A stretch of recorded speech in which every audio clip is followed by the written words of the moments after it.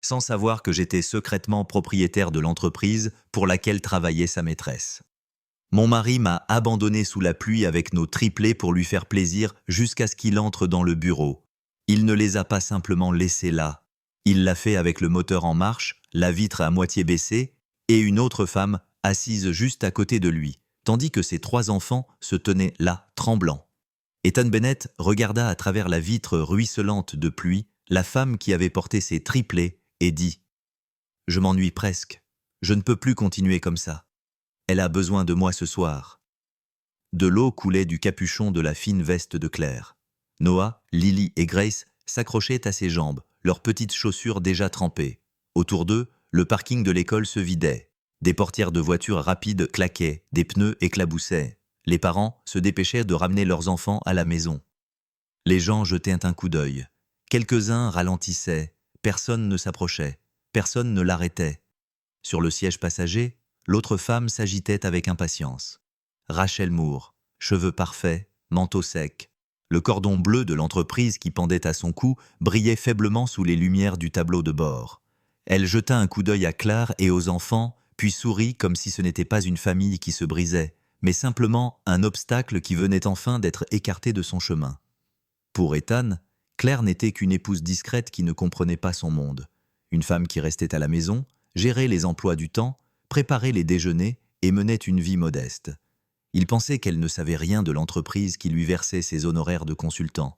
Il pensait qu'elle n'avait nulle part où aller lorsqu'il avait choisi quelqu'un d'autre plutôt que sous la pluie.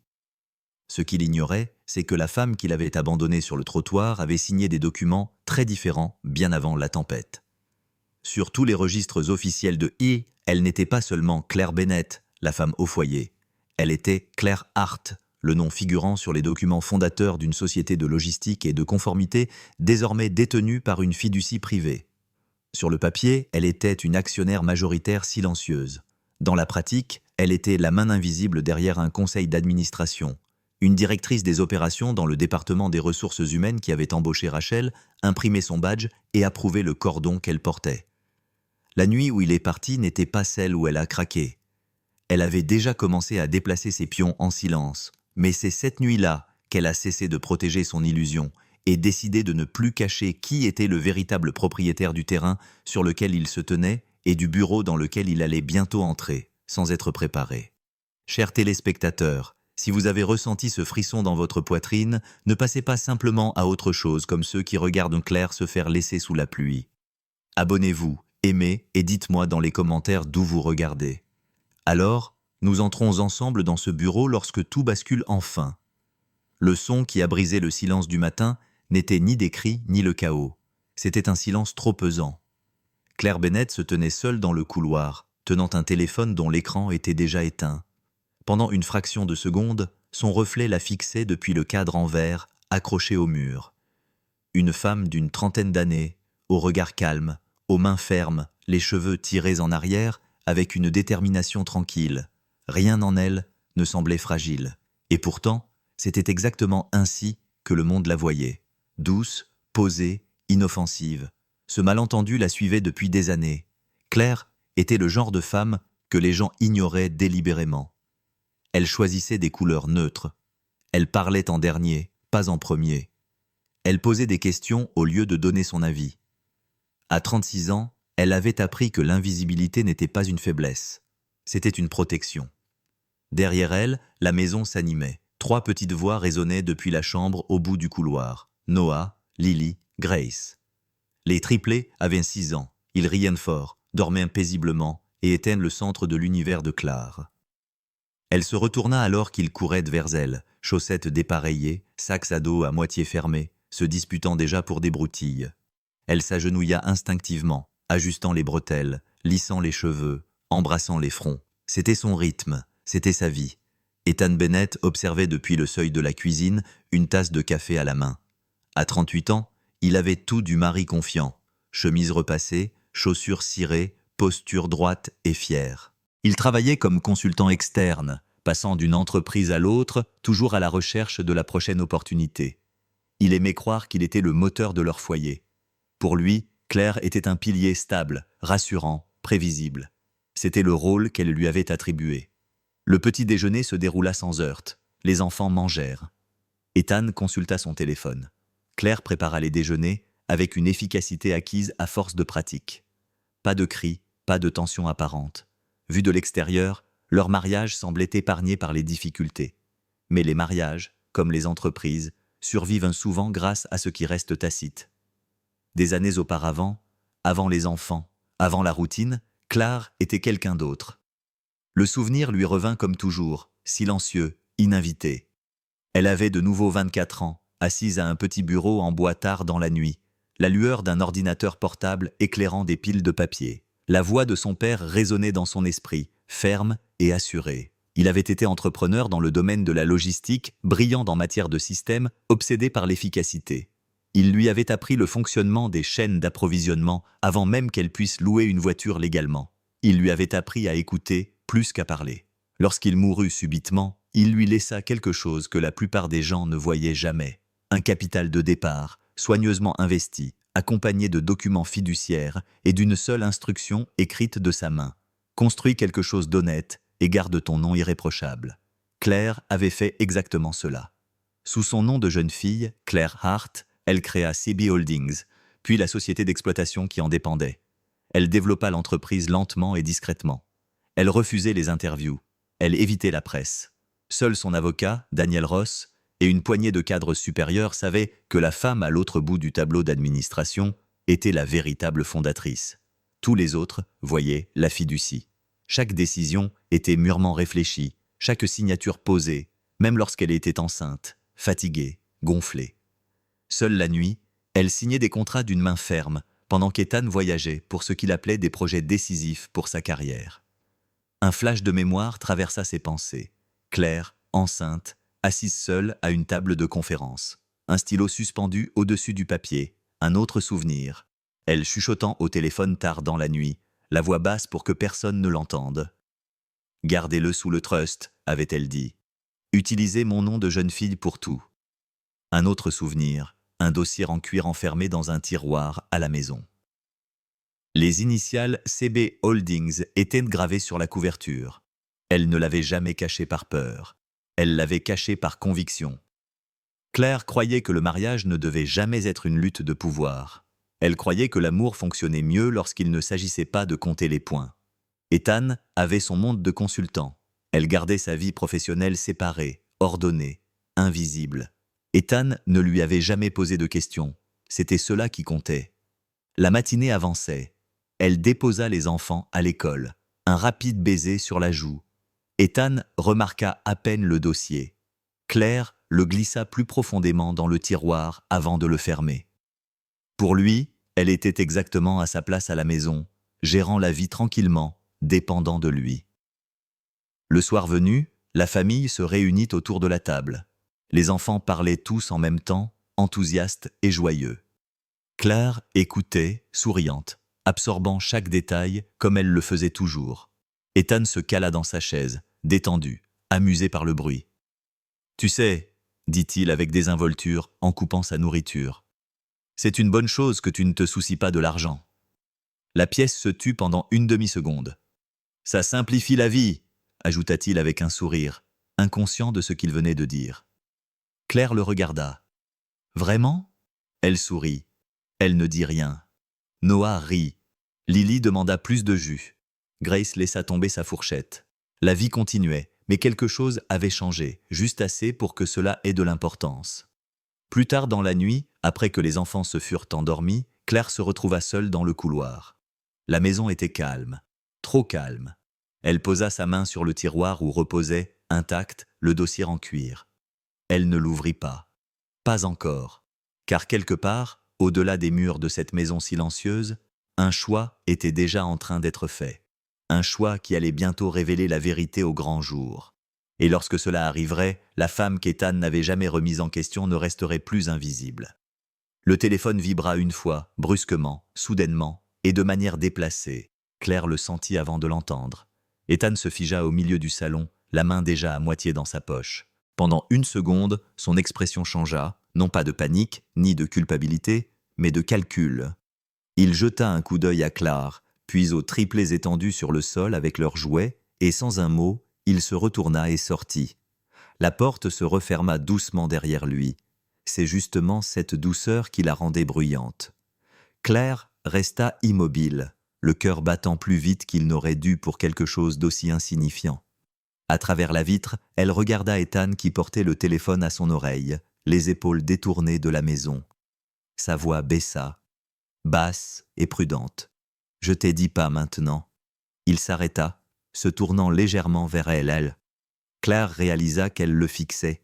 Ethan raccrocha trop rapidement, remit le téléphone dans sa poche et rentra dans la maison avec un sourire détendu qui n'atteignait pas tout à fait ses yeux. « Le travail !» dit-il avec désinvolture, comme si cela expliquait tout. Claire acquiesça. Elle acquiesçait toujours. Mais quelque chose avait déjà changé. Plus tard dans la soirée, la maison suivit son rythme habituel. Les devoirs à table, les bains à l'étage. Ethan faisait les 100 pas près de la fenêtre, vérifiant son téléphone plus souvent qu'auparavant. Chaque fois que l'écran s'allumait, il le détournait. À un moment donné, le téléphone vibra à nouveau. Cette fois, Claire jeta un coup d'œil. Juste une seconde. C'est tout. La photo de profil d'une femme remplissait l'écran. Un blazer noir professionnel et élégant, les cheveux tirés en arrière. Autour de son cou pendait un cordon d'entreprise dont le logo était flou à cause du mouvement, mais dont la couleur était indubitable. Cette nuance particulière de bleu. La main de Claire s'est arrêtée en plein mouvement alors qu'elle pliait une serviette. Sa poitrine s'est serrée. Elle ne savait pas pourquoi. Pas logiquement, pas encore. Mais son corps réagit avant que ses pensées ne puissent le rattraper. Elle avait déjà vu cette couleur. Pas chez elle, pas dans les histoires d'Ethan. Sur les premières maquettes de marque dans les dossiers du conseil d'administration, dans le fichier final du logo qu'elle avait elle-même approuvé il y a des années. Assise à ce bureau en bois sous un autre nom de famille. Elle avait approuvé ce bleu. Cette prise de conscience la traversa comme un courant d'air froid. Claire se força à continuer. Elle finit de plier le linge. Elle empila les serviettes. Elle se dit qu'elle imaginait peut-être tout cela. Beaucoup d'entreprises utilisent le bleu, mais son imagination ne pouvait expliquer la tension dans ses épaules. Cette nuit-là, après que les enfants se furent endormis, Ethan se tint à nouveau près de la fenêtre. Son téléphone vibra. Il ne répondit pas cette fois-ci. Au lieu de cela, il tapa rapidement, le dos tourné. Claire l'observait depuis le seuil de la porte. Elle ne dit rien. Le mariage lui avait appris que certaines vérités se révélaient plus vite quand on restait silencieux. Quand Ethan finit par aller se coucher, son téléphone resta sur la table de nuit, face vers le bas, de manière trop délibérée. Claire resta éveillée à côté de lui, fixant le plafond, écoutant sa respiration se régulariser. Elle ne tendit pas la main vers le téléphone. Pas encore. Elle avait appris la patience bien avant d'apprendre la confiance. Le lendemain matin, la normalité fut forcée. Petit déjeuner, cartable, chaussures près de la porte. Ethan embrassa les enfants, ébouriffa leurs cheveux et partit avec une promesse qu'il avait déjà cessé de tenir. Claire resta debout devant le comptoir, longtemps après que la porte se fût refermée. Plus tard, en nettoyant la cuisine, elle remarqua que l'ordinateur portable d'Ethan était toujours ouvert sur la table. Il l'oubliait rarement. L'écran était assombri, mais pas verrouillé. Claire hésita. C'était le moment où la curiosité pouvait se transformer en autre chose. Elle toucha la souris. Un calendrier occupait tout l'écran. La plupart des entrées étaient classiques. Appels, voyages, échéances, mais une ligne qui se répétait chaque semaine attira son attention. Préparation du conseil d'administration, consultant externe. L'entrée apparaissait trop souvent, trop régulièrement, toujours en retard, toujours bloquée. Claire fixa ses mots. Ethan n'avait jamais mentionné pour quel conseil d'administration il travaillait, juste qu'il aidait un client de haut niveau. Il aimait ce genre de formule. Elle s'assit lentement, son esprit passant en revue les différentes possibilités. Les consultants préparaient des rapports. Ils n'assistaient généralement pas aux réunions internes de préparation du conseil d'administration, sauf s'ils étaient profondément impliqués, dignes de confiance ou personnellement concernés. Son téléphone vibra dans sa main. Un message de l'école lui rappelant un événement à venir pour les triplés. La vie normale reprenait ses droits, exigeant son attention. Claire ferma l'ordinateur portable. Elle ne confronta pas Ethan. Elle ne l'accusa pas. Elle ne pleura pas. Au lieu de cela, elle ouvrit un tiroir dans le couloir, celui qu'Ethan ne touchait jamais. À l'intérieur, sous de vieux documents et des photos de famille, se trouvait un dossier en cuir, dont la surface était usée, mais immaculée. CB Holdings. Claire ne l'ouvrit pas. Elle posa simplement sa main sur la couverture d'un geste calme et délibéré. Quelque part, une femme avec un cordon bleu s'enfonçait dans un monde qu'elle ne comprenait pas tout à fait. Et ailleurs, une ligne était discrètement franchie. Une ligne qui allait bientôt forcer Claire à cesser d'observer et à commencer à se souvenir exactement qui elle était. L'entrée du calendrier brillait dans son esprit alors qu'elle éteignait la lumière. « Préparation du barde », disait-elle. Claire comprit enfin une chose avec certitude. Le travail n'était plus seulement du travail. La voix retentit dans le haut-parleur sans avertissement. « Claire, tu es là ?» Elle retint son souffle pendant une demi-seconde. Claire Bennett resta figée dans le bureau silencieux. La porte était verrouillée, les lumières tamisées, son ordinateur portable déjà ouvert sur le bureau. L'écran brillait d'une interface familière, celle du portail sécurisé du conseil d'administration, avec son nom de jeune fille dans le coin. Voir Art, représentant fiduciaire. Elle se pencha en avant et coupa le son de sa caméra. « Oui, » dit-elle calmement, « je suis là. » La voix appartenait à Daniel Ross, son avocat et représentant fiduciaire. Il avait la quarantaine bien avancée, le regard perçant, précis, et était l'une des rares personnes à connaître toute la structure du monde de Claire. Ce soir, il n'appelait pas en tant qu'avocat spécialisé dans les divorces, car il n'y avait pas encore de divorce. Ce soir, il était exactement ce que l'écran de connexion indiquait, son bouclier entre la fiducie et les dirigeants. « Bien, » dit Daniel, « ils sont sur le point de commencer. » L'écran changea, une autre fenêtre s'ouvrit. Un homme d'une quarantaine d'années apparut, calme, portant un casque et une chemise impeccable. Son nom apparut sous son image. Mark Ellison, directeur des opérations. Mark travaillait dans l'entreprise depuis ses débuts. Il était loyal, efficace et délibérément ignorant de la vie personnelle de Claire. Pour lui, elle était simplement la fondatrice qui préférait garder ses distances, une participation majoritaire représentée par la fiducie. « Bonsoir à tous, » dit Mark. « Commençons. » Claire se cala dans son fauteuil, croisant les mains. Sa caméra resta éteinte. La plupart des personnes présentes dans la salle virtuelle n'avaient jamais vu son visage. Elles n'en avaient pas besoin. Ses votes et ses approbations passaient par Daniel, par des signatures, par la fiducie. C'était ainsi qu'elle avait toujours fonctionné, invisible, à l'écoute, contrôlant depuis les coulisses. La réunion s'est déroulée rapidement au début. Indicateurs de performance, mises à jour de conformité, prévisions. Claire écoutait avec une concentration exercée. Son esprit était à moitié sur les chiffres, à moitié sur la tempête silencieuse qui se préparait en dessous. Puis Mark a changé de sujet. « Je tiens à souligner quelque chose de positif de la part de l'équipe de conformité », a-t-il déclaré. L'un de nos analystes internes a fait preuve d'une initiative exceptionnelle.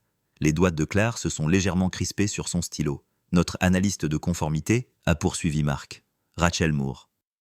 Ce nom l'a frappé comme un coup physique. Claire s'est raidie. Sa respiration s'est ralentie, délibérée, contrôlée. Elle a gardé une voix calme lorsqu'elle a pris la parole par audio uniquement. « Continuez, » dit-elle. Mark sourit légèrement. Elle est ambitieuse, perspicace. Elle sait se positionner auprès de la direction. Franchement, elle a impressionné beaucoup de gens. Claire fixait le reflet sombre de son écran. Rachel Moore. Ce nom résonna dans son esprit, faisant ressurgir un souvenir. Quelques mois plus tôt, Claire était assise à ce même bureau, parcourant les CV transmis par les RH pour approbation au niveau de la fiducie. Elle se souvenait s'être arrêtée sur l'un d'entre eux en particulier. De solides références, un dossier d'ES irréprochable, des choix de carrière stratégiques, Rachel Moore. Claire avait approuvé l'embauche d'un simple clic. Elle se souvenait avoir pensé que cette femme irait loin. La réunion se poursuivait, mais l'attention de Claire se réduisait. Mark continuait de parler. Notre équipe d'audit interne a signalé une chose. Rien de formel pour l'instant, mais je veux que cela reste à l'ordre du jour, dit-il en jetant un coup d'œil à ses notes. Rachel travaille en étroite collaboration avec l'un de nos consultants externes, dit-il prudemment, aidant à harmoniser certains rapports et travaux préparatoires pour le conseil d'administration. Le cœur de Claire se mit à battre plus fort. Elle pensa à Eton, à son agenda, à la tâche récurrente de préparation du conseil d'administration qu'il n'avait jamais expliquée. Elle ne dit rien au sujet du cordon bleu sur la photo de profil. Le silence se prolongea. La voix de Daniel intervint doucement. Y a-t-il un problème dont nous devrions être informés demanda-t-il, jouant son rôle de conseiller de confiance. Marc hésita un instant. Pas suffisamment pour que vous le remarquiez, à moins d'avoir été formé pour y prêter attention. Ce n'est pas une préoccupation formelle, répondit-il. Juste une proximité, des soirées tardives, des réunions hors site consignées sous des descriptions vagues, souffla-t-il. Elle est devenue inhabituellement proche d'un consultant externe marié. Nous considérons cela comme un risque potentiel de conflit d'intérêts pour l'instant, et les RH surveillent discrètement la situation. Ces mots eurent un effet dévastateur. Un consultant marié, analyste de conformité dans son entreprise. Claire se figea. Pendant un instant, la pièce lui sembla trop petite, l'air trop rare, mais elle garda un ton neutre. « Assurez-vous que les RH documentent tout, dit-elle. Pas de ragots, seulement des faits. »« Bien sûr, » répondit Marc. La réunion se poursuivit, mais Claire l'entendait à peine. Ses pensées tourbillonnaient dans sa tête, contrôlées mais implacables. La femme qu'Ethan cachait, la femme qui travaillait dans son entreprise, la femme qui franchissait les portes que Claire elle-même avait construites. À la fin de la réunion, l'écran s'est éteint. Daniel est resté en ligne. « Ça va ?» a-t-il demandé. Claire a ouvert les yeux. « Oui. » Il n'a pas insisté. Il savait mieux que quiconque. « Tu veux que je creuse ?» a demandé Daniel. « Pas encore, » a répondu Claire après une pause. « Je dois d'abord comprendre la situation. »« Compris. » L'appel prit fin. Claire resta assise seule dans le bureau plongé dans l'obscurité, le silence pesant à nouveau sur elle. Elle fixa le tiroir de l'autre côté de la pièce. Le dossier en cuir qu'il contenait semblait plus lourd à présent, comme s'il se réveillait. Rachel Moore avait désormais un nom et un lieu.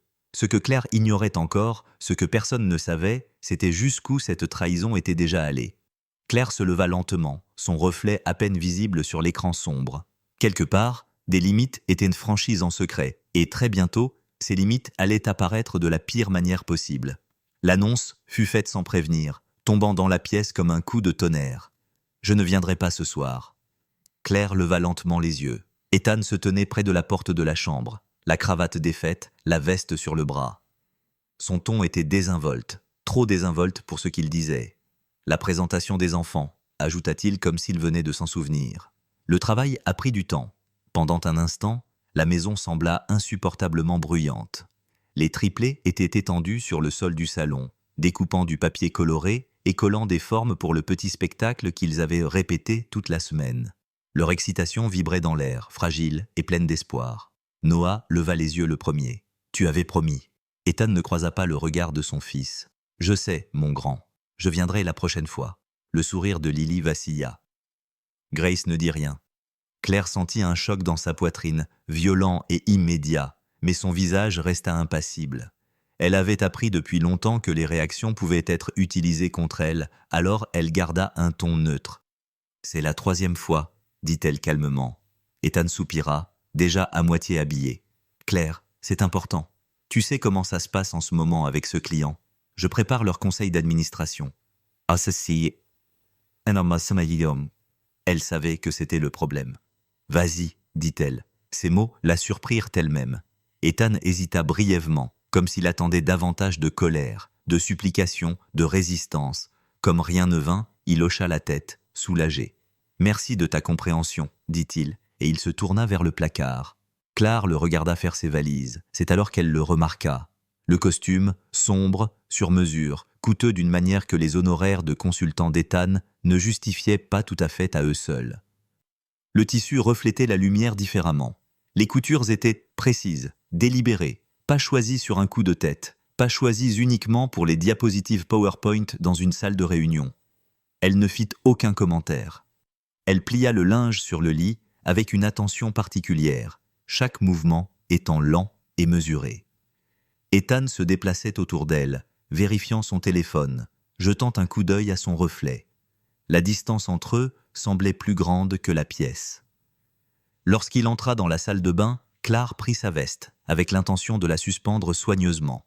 Ses doigts effleurèrent quelque chose de rigide dans la poche intérieure. Un reçu. Elle le sortit sans réfléchir.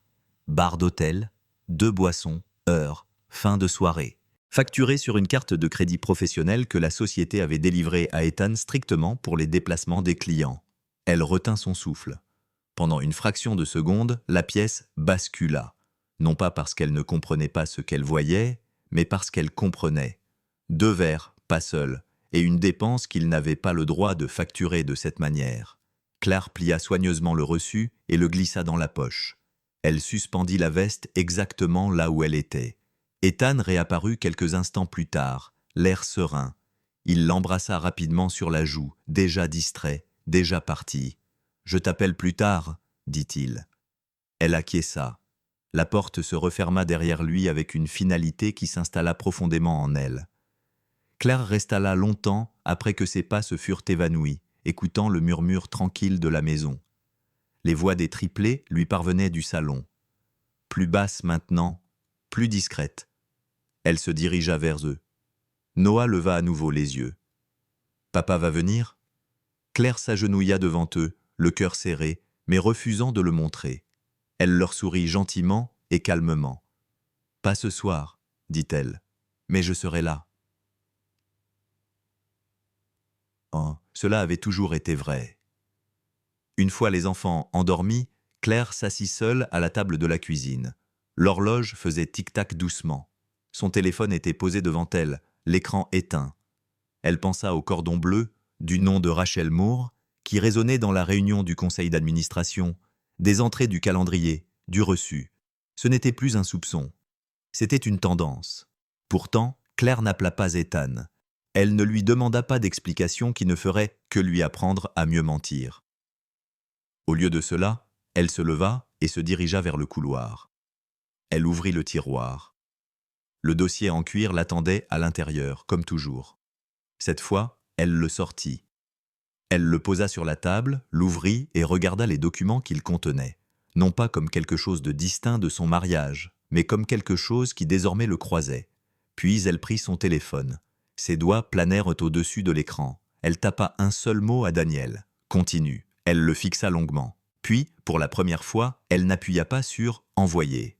Elle l'enregistra dans ses brouillons, car elle savait désormais quelque chose avec une clarté troublante. Ethan avait déjà franchi certaines limites, mais il n'avait pas encore franchi celle qui mettrait fin à tout. Pas encore. Claire éteignit la lumière de la cuisine et resta debout dans l'obscurité, écoutant la maison respirer autour d'elle. Dehors, loin du calme de la maison, des choix étaient faits qui allaient bientôt se heurter à des conséquences. Et très bientôt, quelqu'un allait prendre une décision irréversible. Le ciel s'ouvrit sans avertissement. Le tonnerre gronda si près qu'il fit vibrer les portes vitrées de l'auditorium de l'école et la pluie s'abattit en trombe, bruyante et impitoyable. Les parents se précipitèrent vers leur voiture, leurs manteaux sur la tête, haussant le ton. Les enfants pleuraient, riaient, criaient. Le chaos régnait. Claire resta immobile. Elle se trouvait sous l'étroit auvent près du trottoir. Un bras enroulé autour de Noah, l'autre tirant Lily et Grace vers elle alors que l'eau imprégnait leurs chaussures. Les triplés serraient leur programme en papier, dont les bords se dissolvaient et l'encre s'effaçait. Ethan était encore en retard.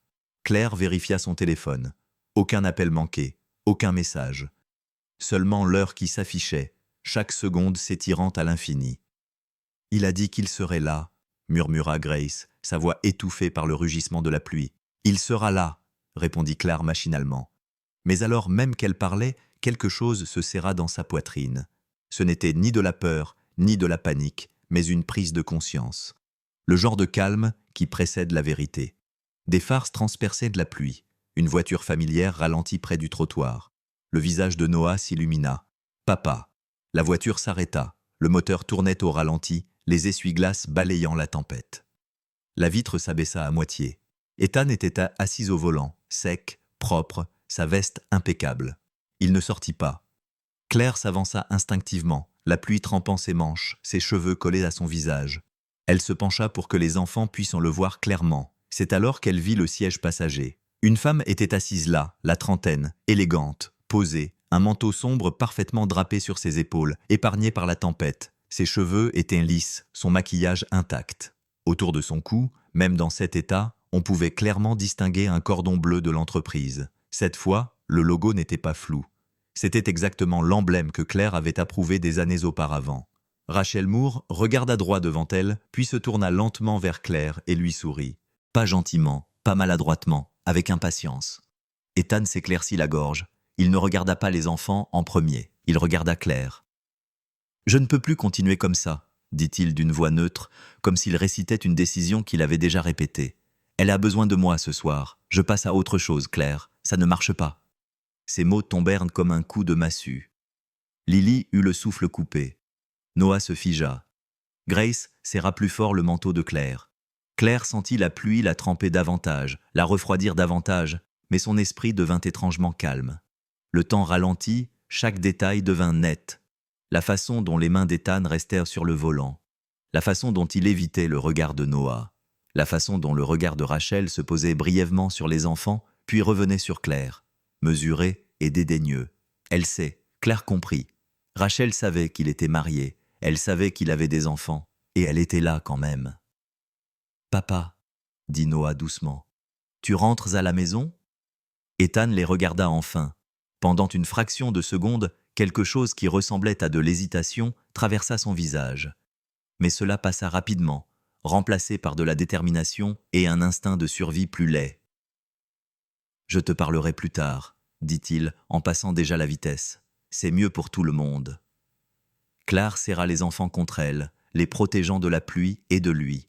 Rachel se cala dans son siège, satisfaite, comme si une négociation venait de se terminer en sa faveur. Son sourire était léger, presque imperceptible. Mais Claire le vit, la voiture démarra. Pas d'adieu dramatique, pas d'excuses, pas d'explication sensée, juste un choix fait au grand jour. Les feux arrière disparurent dans la pluie. Pendant un long moment, personne ne bougea. La tempête engloutit la rue, effaçant les empreintes de pas, brouillant tout sauf le présent. Lily se mit à pleurer, Grace fit de même. Noah resta silencieux, le visage crispé par une confusion et une douleur bien trop grande pour un enfant de 6 ans. Claire s'agenouilla sur le trottoir mouillé, ignorant le froid qui s'infiltrait à travers ses vêtements. Elle enlaça les 3 enfants, les serrant contre elle pour les rassurer. Elle ne pleura pas, non pas parce qu'elle en était incapable, mais parce qu'elle comprenait désormais quelque chose avec une clarté absolue. Ce n'était pas une erreur, c'était une décision. Et les décisions avaient des conséquences. D'autres parents passèrent en leur lançant des regards compatissants. Quelques-uns leur demandèrent discrètement « Vous avez besoin qu'on vous ramène ?» Claire secoua doucement la tête, les remercia et continua à se concentrer sur les enfants dans ses bras, leur respiration saccadée, leur confiance. Au bout d'un moment, elle se leva. Elle ôta son manteau et l'enroula autour de Grace. Elle ajusta le sac à dos de Lily. Elle prit la main de Noah. « Nous rentrons à la maison », dit Claire calmement. Noah leva les yeux vers elle. « Papa va revenir ?» Claire croisa son regard. Elle ne mentit pas. « Je ne sais pas, » dit-elle, « mais tout ira bien. » Ils s'éloignèrent ensemble du trottoir, trempés jusqu'aux os par la pluie. Plus tard dans la nuit, après une douche chaude et des pyjamas secs, la maison redevint silencieuse. Les enfants dormaient dans une chambre, serrés les uns contre les autres, comme s'ils refusaient instinctivement la distance. Claire se tenait seule dans le couloir. Elle retira ses chaussures mouillées. Elle posa son téléphone sur la table. Ses mains étaient fermes. Elle ne repassa pas le moment en boucle. Elle ne demanda pas pourquoi. Elle se dirigea vers le tiroir. Cette fois, elle l'ouvrit sans hésitation. Le dossier en cuir était plus lourd qu'auparavant. Sa présence était indéniable. Elle le posa sur la table, l'ouvrit et fixa les documents à l'intérieur, non pas avec colère, mais avec concentration. Elle comprit que le pouvoir n'était pas bruyant. Il attendait. Claire prit son téléphone, ouvrit le brouillon non signé destiné à Daniel et lut le seul mot qu'elle avait tapé quelques jours plus tôt. « Procéder », appuya-t-elle sur « Envoyer ». Quelque part au-delà de cette maison, quelqu'un croyait avoir gagné. Il se trompait. Très bientôt, la tempête allait s'abattre à l'intérieur. C'est parti. Scène 610. Révisée pour plus de logique et de réalisme. J'ai conservé une longueur très proche de l'original. Vous trouverez à la fin une liste des principales incohérences logiques que j'ai corrigées.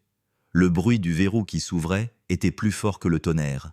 Claire se tenait seule dans le couloir, bien après minuit. La maison était enveloppée d'un silence profond et artificiel. Les triplés dormaient dans la chambre d'amis, leurs lits rapprochés, comme si même dans leurs rêves, ils refusaient d'être séparés à nouveau. Le rythme régulier de leur respiration flottait dans le couloir. Claire tourna une nouvelle fois la petite clé. Le tiroir s'ouvrit. À l'intérieur se trouvait la vie dont Ethan n'avait jamais pris la peine de s'intéresser. Des documents fiduciaires soigneusement empilés. Des organigrammes de l'entreprise tracés avec des lignes nettes et des couches minutieuses. Des identifiants d'accès au conseil d'administration imprimés et plastifiés. Les premières notes sur l'image de marque, y compris la nuance exacte de bleu qui pendait désormais au cou de Rachel. Tout était ordonné. Tout était contrôlé. Claire sortit le dossier en cuir et l'emporta jusqu'à la table de la cuisine. Elle s'assit lentement, comme pour se préparer, avant de toucher quelque chose de puissant. C'était le moment où la douleur se transformait en précision. Elle ne pleura pas. Elle ne repassa pas dans sa tête l'image de la voiture qui s'éloignait. Elle ne se laissa pas imaginer la voix d'Ethan ou le sourire narquois de Rachel. Elle ouvrit le dossier. Les pages lui étaient familières, voire réconfortantes. Elle lui rappelait qui elle était avant de choisir de devenir invisible par amour. Son nom, Claire Hart, apparaissait à plusieurs reprises à côté de CB Holdings et de la société d'exploitation qui en dépendait. Elle prit son télé et ouvrit le brouillon qu'elle avait enregistré quelques jours plus tôt. Un seul mot attendait sur l'écran. Continuer. Cette fois, elle appuya sur « Envoyer ». Daniel Ross répondit à la deuxième sonnerie. « Dis-moi où tu en es émotionnellement », dit-il calmement. C'était la manière de Daniel, toujours direct, toujours stable. Pendant des années, il avait été son conseiller de confiance, le seul, à part le directeur général, à savoir qu'elle était plus qu'une simple ligne silencieuse sur un organigramme.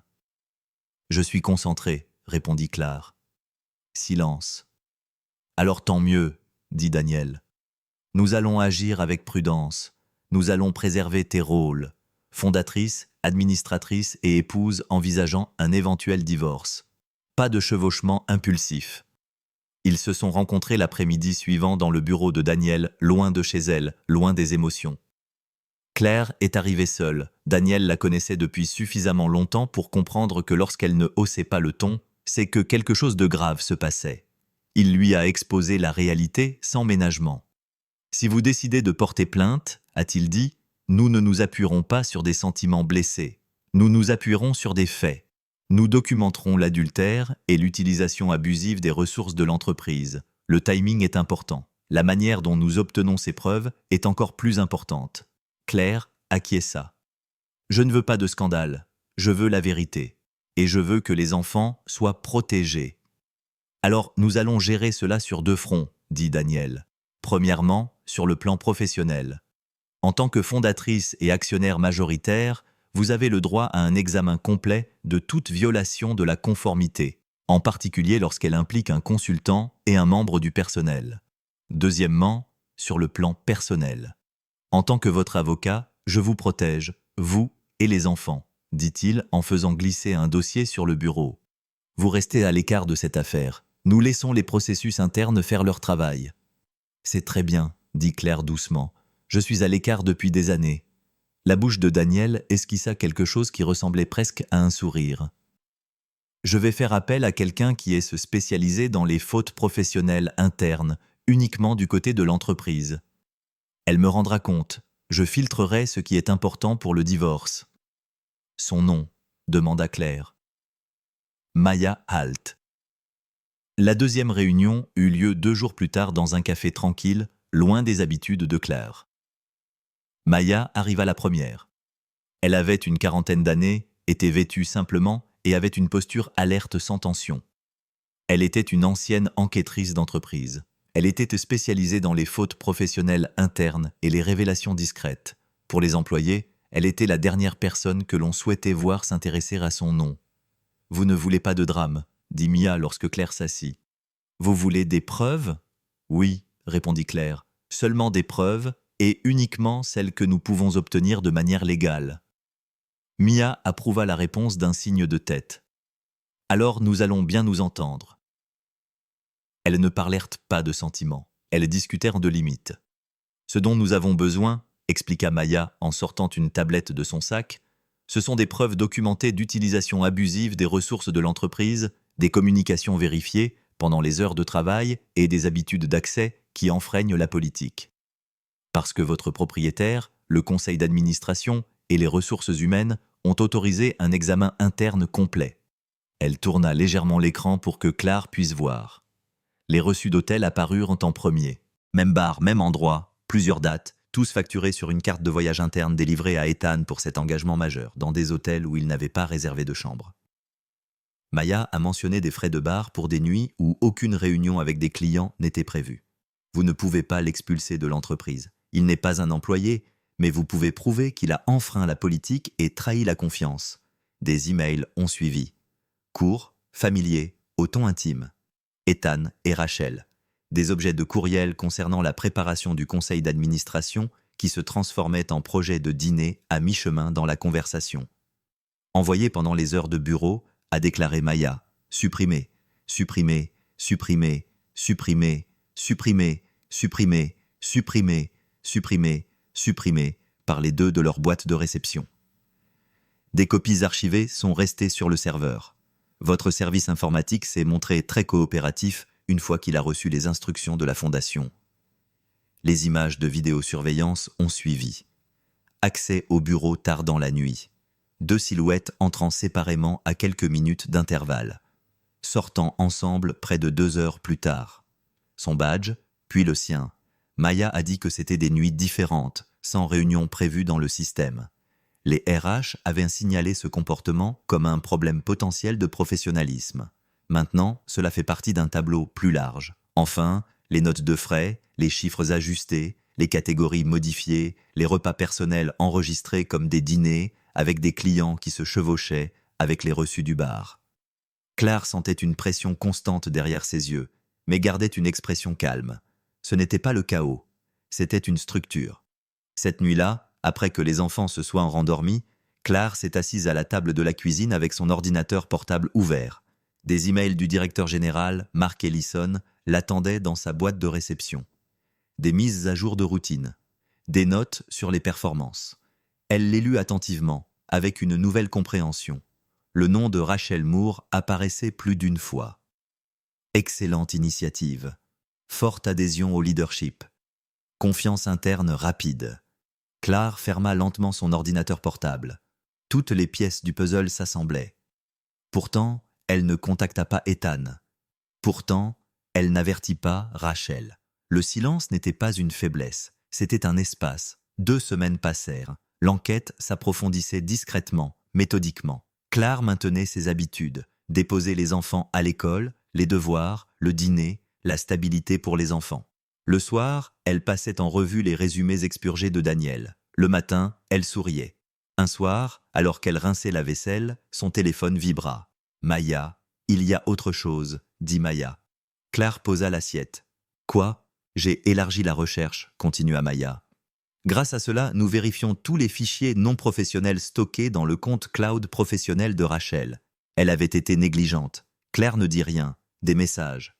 Maya précisa qu'il ne s'agissait pas seulement de messages entre eux. Des notes qu'elle s'était écrites à elle-même, des captures d'écran. Et dans l'une d'elles, elle te mentionnait par ton nom. La poitrine de Claire. Elle savait que tu étais sa femme. Maya a dit qu'elle savait pour les enfants. Elle a écrit qu'il traînait les pieds à cause des triplés. Les mots ont atterri lentement, lourdement. Ce n'était donc pas de la confusion. Ce n'était pas de l'ignorance. Ce n'était pas une liaison aveugle. C'était un choix. La voix de Maya s'est adoucie, juste un peu. Nous avons également suffisamment d'éléments pour justifier la résiliation pure et simple de son contrat de consultant. Le service juridique prépare déjà le texte. Le conseil d'administration voudra une confrontation contrôlée. Claire a pris une profonde inspiration. « Merci », dit-elle. Lorsque l'appel prit fin, Claire resta assise dans la cuisine plongée dans l'obscurité. La maison était silencieuse. Le dossier était ouvert devant elle.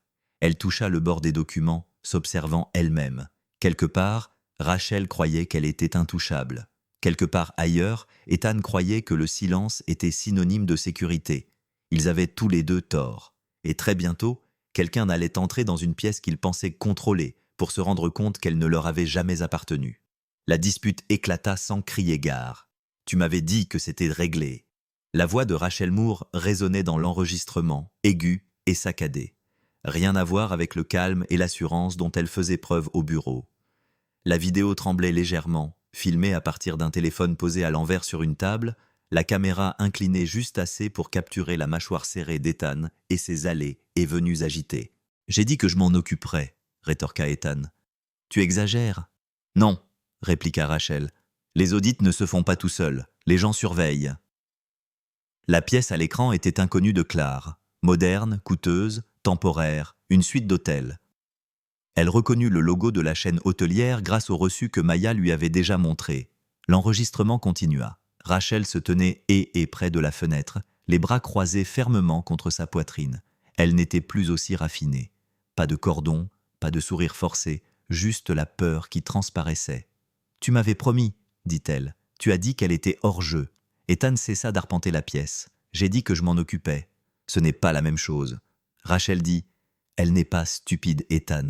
Elle pose des questions. Les RH posent des questions. » Claire regarda les images en silence. Elle était assise à la table de sa cuisine, les lumières éteintes, son ordinateur portable brillant doucement dans l'obscurité. La maison était endormie, les enfants étaient en sécurité.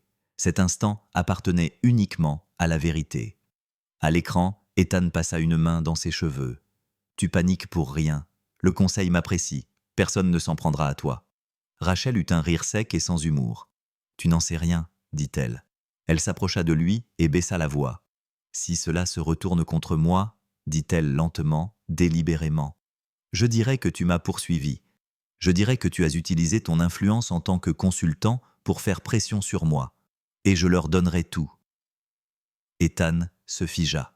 « Quoi ?» dit-il. « Je ne vais pas couler pour ça. » Rachel continua. « J'ai travaillé trop dur pour en arriver là, et je ne vais pas tout perdre parce que tu n'as pas su séparer ta vie privée de ta vie professionnelle. »« Tu as dit que tu tenais à moi, » répondit Ethan, l'incrédulité se lisant sur son visage. L'expression de Rachel se durcit. « Je tiens à moi-même. » Les mots restèrent suspendus dans l'air. Claire se pencha légèrement en arrière sur sa chaise. Cette phrase lui disait tout ce qu'elle avait besoin de savoir. La dispute s'intensifia à l'écran. Ethan éleva la voix. Rachel l'interrompit. À un moment donné, l'enregistrement s'arrêta brusquement. Le téléphone fut clairement décroché et glissé dans une poche. La vidéo s'arrêta. Claire fixa l'image figée. Ethan en plein milieu d'une phrase. Rachel détourna le visage, réfléchissant déjà à sa sortie. On frappa doucement à la porte de la cuisine derrière elle. Claire ne broncha pas. Maya entra silencieusement et referma la porte derrière elle.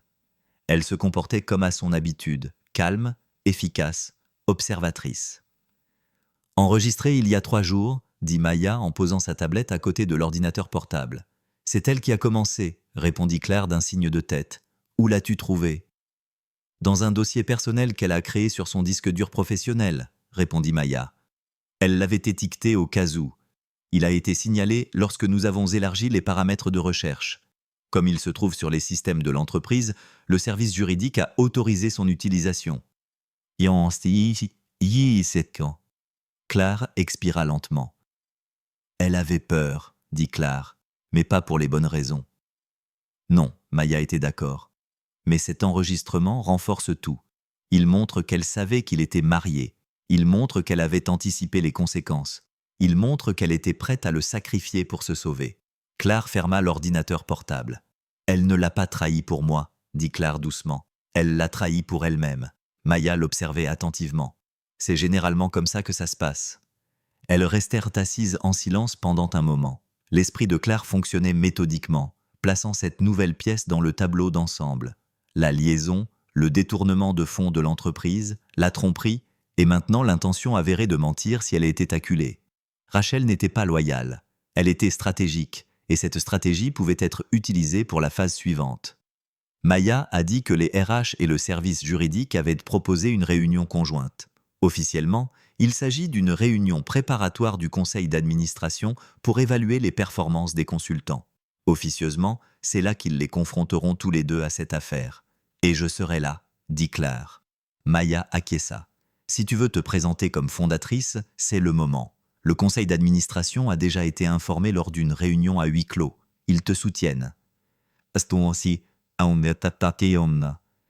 Ces mots pesèrent lourdement entre elles. Claire se leva et se dirigea vers la fenêtre. Elle regarda la rue sombre, son reflet dans la vitre. Une femme façonnée par la patience, la retenue, des années passées à choisir la paix plutôt que le pouvoir. Derrière elle, le dossier était ouvert sur la table. CB Holdings. Elle pensa aux enfants sous l'auvent de l'école, à la pluie, à la voiture qui s'éloignait. Claire se retourna vers Maya. Son expression était calme, résolue. Elle hocha une fois la tête. Quelque part dehors, quelqu'un croyait qu'il restait encore du temps. Ce n'était pas le cas. Très bientôt, une porte s'ouvrirait et la vérité entrerait d'elle-même. Les portes de l'ascenseur s'ouvrirent avec un léger tintement et Ethan Bennett en sortit comme un homme qui croyait encore avoir sa place ici. Pendant des mois, il avait arpenté ces couloirs en tant que consultant externe, parlant de stratégie et de gouvernance sans jamais se demander à qui appartenait réellement cet endroit. Il ajusta ses boutons de manchette, redressa sa veste et jeta un coup d'œil dans le couloir vitré. Le bureau bourdonnait d'une importance discrète, avec ses sols cirés, ses voix étouffées, la confiance inébranlable d'un lieu où les décisions façonnent l'avenir.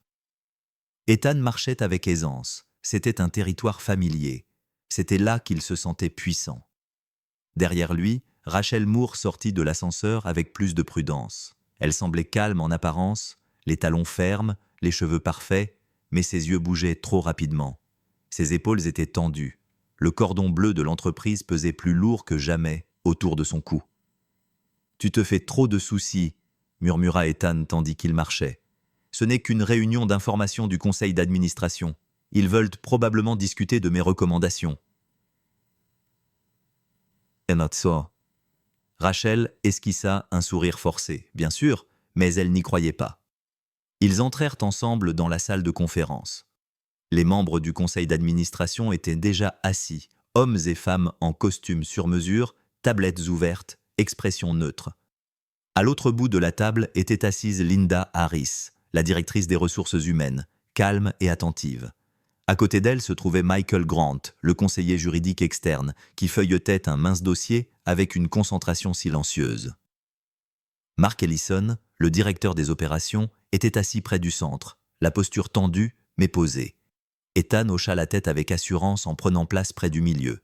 Rachel s'assit à 2 chaises de lui, suffisamment près pour se sentir protégée. Elle serra les mains sur ses genoux. La réunion commença comme d'habitude. Bilan trimestriel, résumé de la conformité, indicateur de performance. Ethan se détendit légèrement. Tout allait bien. Il avait déjà connu des réunions plus difficiles. Puis la porte s'ouvrit. Le bruit résonna dans la pièce. Toutes les têtes se tournèrent. Claire entra. Elle ne se précipita pas. Elle n'hésita pas. Elle portait un simple manteau sur mesure. Sa posture était droite. Son expression calme, presque douce. Sa présence changea instantanément l'atmosphère, comme un changement de pression avant une tempête. Ethan retint son souffle. Rachel pâlit. La plupart des membres du conseil ne l'avaient jamais vue en personne. Ils la connaissaient sous un autre nom sur des documents, par sa voix et quelques appels de haut niveau, par la confiance qu'elle inspirait. Maintenant, elle était là. Claire s'est dirigée vers la table et a posé avec soin un dossier en cuir familier. Le bruit qu'il a produit contre la surface polie était doux, mais il a résonné. Elle a regardé une fois autour de la pièce, établissant un contact visuel avec chaque membre du conseil d'administration. Puis, elle a pris la parole. « Je suis Claire Hart Bennett », a-t-elle dit d'une voix calme. Fondatrice et actionnaire majoritaire, agissant par l'intermédiaire du CB Holdings Trust. Le silence semblait peser comme un poids physique. Ethan la fixait, l'esprit en ébullition. Hart Bennett l'avait trouvée. Les mots se heurtaient dans sa tête, refusant de s'intégrer dans l'histoire qu'il s'était racontée. Les mains de Rachel tremblaient. Mark Ellison fut le premier à se remettre. Il inclina légèrement la tête en signe de respect. Il connaissait Claire depuis des années, mais seulement de voix. Il comprenait désormais le reste de son nom. Linda Harris croisa ses mains d'eau. Michael Grant ferma son dossier. Claire resta debout. « J'ai été pleinement informée de la récente enquête interne », dit-elle calmement. « Par respect pour toutes les personnes présentes dans cette pièce, j'ai pensé qu'il valait mieux aborder les conclusions de manière transparente. » Elle fit un signe de tête à Michael. L'écran au fond de la pièce s'alluma. Des emails apparurent, clairs, horodatés, au ton intime. Des messages échangés entre Ethan et Rachel pendant les heures de travail, mêlant des mises à jour sur les clients et des projets personnels. La salle devint silencieuse, tandis que les lignes de texte défilaient vers le haut. Rachel déglutit péniblement. Ethan serra les mâchoires. Vinrent ensuite les notes de frais, les écarts mis en évidence, les catégories ajustées, les frais de bar et les repas qui ne correspondaient à aucune activité client documentée, tous liés à la même carte d'entreprise. Linda a parlé doucement. Violation multipliée de la politique de l'entreprise concernant l'utilisation des fonds de l'entreprise, puis journaux d'accès et images de sécurité floues, entrée tardive avec badge. 2 identités supplémentaires. Badge de consultant temporaire E. Bennett. Aucune réunion prévue ne correspondait aux dates indiquées sur les dépenses. Enfin, la vidéo fut diffusée. La dispute, les menaces. La voix de Rachel emplit la pièce, aiguë et sans filtre. Si cela se retourne contre moi, je dirai que vous m'avez poursuivi. Je leur donnerai tout. Un murmure parcourut le conseil d'administration. Ethan pâlit. Claire le regardait sans expression. Lorsque la vidéo se termina, le silence revint, plus lourd cette fois. Michael prit la parole en premier. Ces documents ont déjà été examinés par les RH, le conseil externe et le comité d'audit. Il déclara « Nous sommes ici pour enregistrer les mesures officielles ». Linda Harris se tourna vers Rachel, d'un ton neutre, même à Mademoiselle Moore. Elle déclara « Sur la base des fautes professionnelles documentées, de l'utilisation abusive du temps et des ressources de l'entreprise, et de votre intention avouée de déformer les faits en cas d'enquête, vous êtes immédiatement suspendu dans l'attente de votre licenciement définitif. » La chaise de Rachel grinça bruyamment lorsqu'elle se leva. « C'est un malentendu, » dit-elle d'une voix brisée. Elle regarda Ethan, désespéré. « Dis quelque chose. » Ethan ne bougea pas. Michael ajouta « Vos références professionnelles en matière de conformité seront communiquées à l'organisme de certification compétent, accompagné du dossier d'enquête complet. » Rachel perdit son sang-froid. Elle attrapa son sac de main tremblante, les yeux balayant la pièce à la recherche de sympathie. Elle n'en trouva aucune. En arrivant à la porte, elle jeta un dernier regard à Claire. Claire ne broncha pas. Rachel quitta la pièce seule. La porte se referma derrière elle. Michael se tourna vers Ethan. « Monsieur Bennett, dit-il, à partir de cet instant, votre contrat de consultant avec la société est résilié pour motif valable. Nous informerons votre cabinet et tous vos partenaires connus que cette résiliation est liée à des violations avérées de l'éthique. » Ethan le fixa du regard. « Mon cabinet a d'autres contrats avec vous. »« Plus maintenant, » dit Marc calmement. Le conseil d'administration a voté la rupture de tous les liens. Claire ne dit rien. Elle n'en avait pas besoin. « Cela conclut ma participation à cette partie de la réunion, » dit-elle finalement, d'une voix calme mais assurée. « Les actions judiciaires ultérieures seront menées par l'avocat. » Elle rassembla le dossier et recula d'un pas. Les membres du conseil d'administration restèrent silencieux, absorbés par ce dont ils venaient d'être témoins. Des carrières avaient pris fin en quelques minutes. Des réputations avaient basculé sans qu'une seule voix ne s'élève. Ethan trouva enfin ça. « Claire, » murmura-t-il. « S'il te plaît. » Le mot se brisa, petit et inutile. Claire le regarda une fois. Elle ne répondit pas. Elle se retourna et quitta la pièce. Derrière elle, l'homme qui pensait la comprendre resta figé, regardant la vie qu'il croyait assurée s'effondrer sans le et scène dramatique. Et alors que la porte se refermait doucement derrière Claire, une vérité s'installa lourdement dans l'air. Ce n'était que le début. Les papiers tombèrent sur la table avec un bruit sec et final. Ethan tressaillit. La salle d'audience était silencieuse, comme toujours dans les lieux sérieux, avec ses murs lambrissés et ses hauts plafonds. Le faible écho des pas rappelait à tous ceux qui se trouvaient à l'intérieur que rien de ce qui était dit ici ne pouvait être retiré. Le huissier s'éloigna après avoir remis les documents, laissant Ethan fixer la demande de divorce comme si elle était écrite dans une langue qu'il ne comprenait pas. De l'autre côté de l'allée, Claire était assise, parfaitement immobile. Elle portait une simple robe bleu marine, ses cheveux étaient soigneusement tirés en arrière et ses mains étaient calmement posées sur ses genoux. Son visage ne trahissait ni colère ni triomphe, seulement de la concentration. Elle avait l'air d'une femme qui avait déjà accepté ce qui allait se passer. À côté d'elle était assis Daniel Ross, calme, précis, la posture détendue comme seul celui qui s'est bien préparé peut l'être.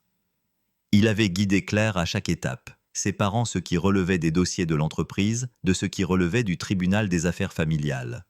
Les mains d'Ethan tremblaient lorsqu'il souleva les papiers. Les motifs du divorce étaient clairement énumérés en haut de la page. Adultère, malversation financière ayant un impact sur le patrimoine conjugal. Preuve jointe sous scellé. « C'est ridicule », murmura Ethan entre ses dents. Claire ne réagit pas. La juge entra quelques instants plus tard, une femme âgée au regard perçant et à la voix qui inspirait l'autorité sans forcer. Tout le monde se leva. Tout le monde s'assit. La procédure commença. Daniel se leva le premier, son ton était calme mais ferme. Il exposa l'affaire sans dramatiser, les preuves ayant déjà été présentées et les dates vérifiées. Il ne montra pas la vidéo du tableau blanc en audience publique. Il utilisa plutôt des résumés certifiés, des reçus d'hôtel, des extraits d'emails et le compte-rendu écrit de l'école concernant la nuit où Ethan n'était pas venu chercher ses enfants à cause de la tempête. Chaque argument fut présenté clairement. L'avocat d'Ethan a tenté de rejeter la responsabilité sur le stress émotionnel et les malentendus. La juge a écouté sans l'interrompre. Lorsqu'il a eu terminé, elle s'est tournée vers Daniel. « J'ai examiné les documents », a-t-elle déclaré. « Nous allons poursuivre. » Ethan a jeté un coup d'œil à Claire. Elle ne l'a pas regardé. Au fur et à mesure que l'audience avançait, les images racontaient l'histoire plus fort que les mots. Les documents glissaient sur le bois poli vers la juge. Les doigts d'Ethan tremblaient, tandis qu'il essayait d'organiser ses réponses. Claire restait immobile, la posture inchangée, le regard droit devant elle. Quand Ethan prit enfin la parole, sa voix se brisa. « J'ai commis des erreurs, dit-il. Mais cela ne doit pas tout détruire. Je peux réparer cela. Nous pouvons réparer cela. » Claire serra légèrement les mâchoires, mais resta silencieuse. Daniel se leva à nouveau avec respect. Il déclara « Ma cliente n'a pas détruit ce mariage. Elle s'est protégée, elle et ses enfants, lorsque la confiance a été rompue et que les fonds et la réputation du couple ont été mis en péril. » Il marqua une pause. Elle a également pris des mesures pour protéger la société, créée avant le mariage et détenue en fiducie sous son nom de jeune fille, de tout enchevêtrement financier dans cette procédure. La juge acquiesça lentement. « Monsieur Bennett, dit-elle en tournant toute son attention vers Ethan, vos actions ont eu des conséquences au-delà de votre mariage. Vous avez détourné des fonds liés à vos revenus de consultant, et votre comportement à l'école de vos enfants lors d'une dangereuse tempête a été documenté par plusieurs témoins. » Ethan déglutit. « J'ai paniqué. C'était une seule fois, et une seule fois peut suffire, dit la juge. J'ai également été informé que plusieurs de vos contrats de consultant ont été résiliés à la suite d'une enquête interne menée par le aide éthique de l'entreprise de votre client. » Ethan redressa brusquement la tête. « Cela n'a rien à voir avec cela, mais tout à voir avec votre crédibilité, répondit la juge. Elle se tourna vers Claire. « Madame Bennett, dit-elle, souhaitez-vous vous adresser à la cour ?» Claire se leva. Ses mouvements étaient contrôlés, délibérés. Lorsqu'elle prit la parole, sa voix était claire et calme, et portait sans effort à travers la salle. « J'avais confiance en mon mari, dit-elle simplement. J'ai construit une vie avec lui. J'ai protégé son image. Lorsque cette confiance a été trahie, je n'ai pas riposté en public. J'ai respecté la loi. J'ai protégé nos enfants du chaos. » Elle marqua une pause. « Ma priorité a toujours été nos enfants. Cela restera ainsi. » La juge acquiesça d'un signe de tête. Cela suffisait. La décision fut prise rapidement après cela. Sur la base des preuves présentées, le juge déclara « Ce tribunal accorde la dissolution du mariage. » Le bruit du marteau résonna fortement.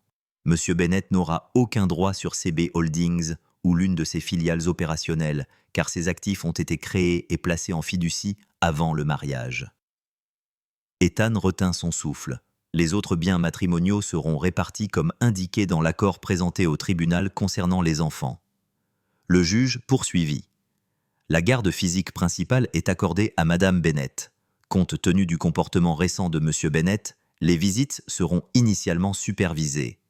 ATCT. ATI.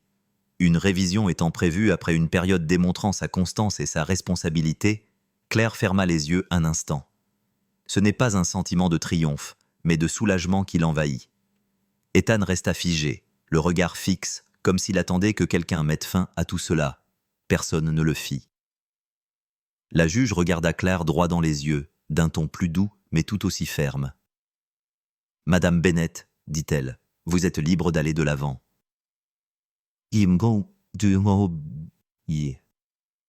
Ces mots résonnèrent doucement, mais avec force.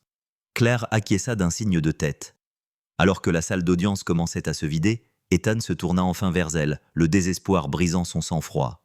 « Claire, dit-il d'une voix rauque, nous pouvons encore discuter. Je t'en prie, j'ai commis une erreur. » Elle le regarda alors, non pas avec colère, ni avec pitié, mais avec lucidité.